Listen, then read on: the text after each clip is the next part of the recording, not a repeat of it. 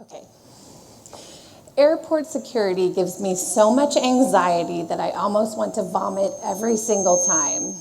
It has proven over and over to be a challenge with my oldest daughter, who at 2 years old, ran through the metal detector while I, 5 months pregnant, tried to run after her and make the security guard stop screaming, "Code red, code red!" Traveling with her at 7 months old was a major challenge with putting the stroller, diaper bag, computer bag, and my shoes through the scanner. Traveling internationally with a 7-month-old baby and my mother, who had never been to another country, was a lesson in patience that I was wholly unprepared for at the time. In 2008, I received a fellowship to go to Berlin to conduct pilot research for my dissertation. I actually got the news while I was still pregnant with my first baby. And while extremely excited, I was also scared out of my mind. How in the world was I going to take a baby along with me to Berlin? I somehow talked my mom, who is an amazing woman that I greatly admire, into coming with us for the month of January, and we booked our tickets for New Year's Eve. I'm not sure what I was thinking when I booked our seats right next to the bathroom. Actually, I was thinking that it would be convenient for diaper changes. What I failed to realize was how the high traffic area would affect my nursing and very flirty baby. Yes, the diaper changes were easier, but I'm pretty sure everyone on the entire plane got to see my boobs during the course of the 8-hour flight.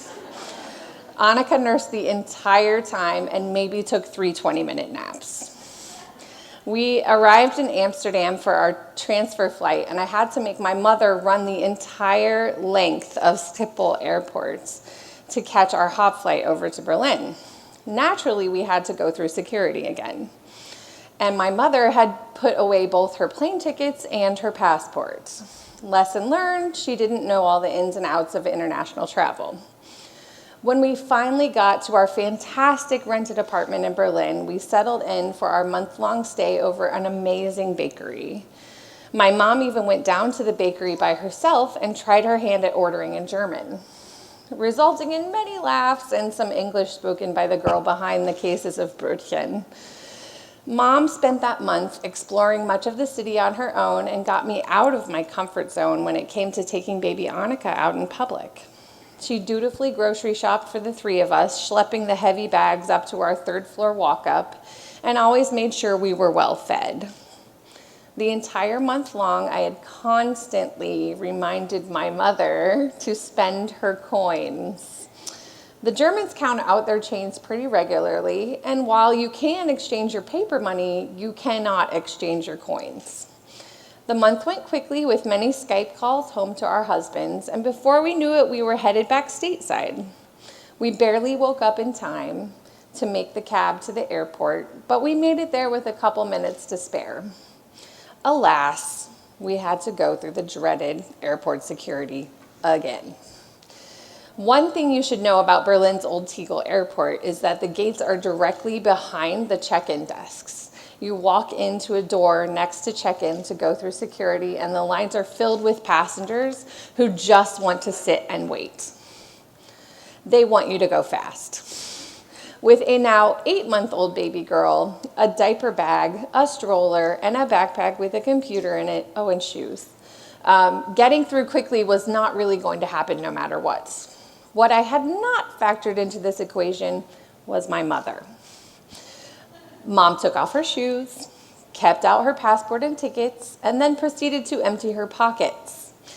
At that point, I was getting ready to walk through the metal detector with Annika in my arms, like this, and I heard it.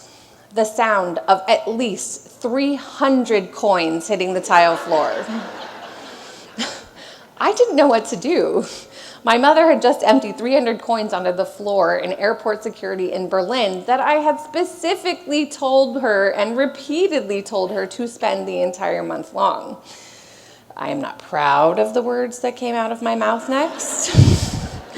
In my anxiety-ridden and milk-threatening to let down any minute, holding a squirmy baby in a state of frustration, I turned around and said to her fairly calmly, from what I remember, I can't help you.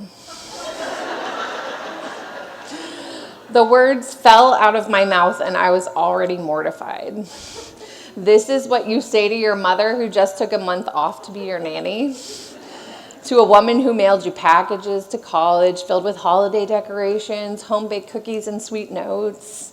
To the woman who drove countless hours to see you in every single athletic competition you ever had? To a woman who consistently goes out of her way to bend over backwards to do anything for you? To my mother's credit, she didn't even get angry.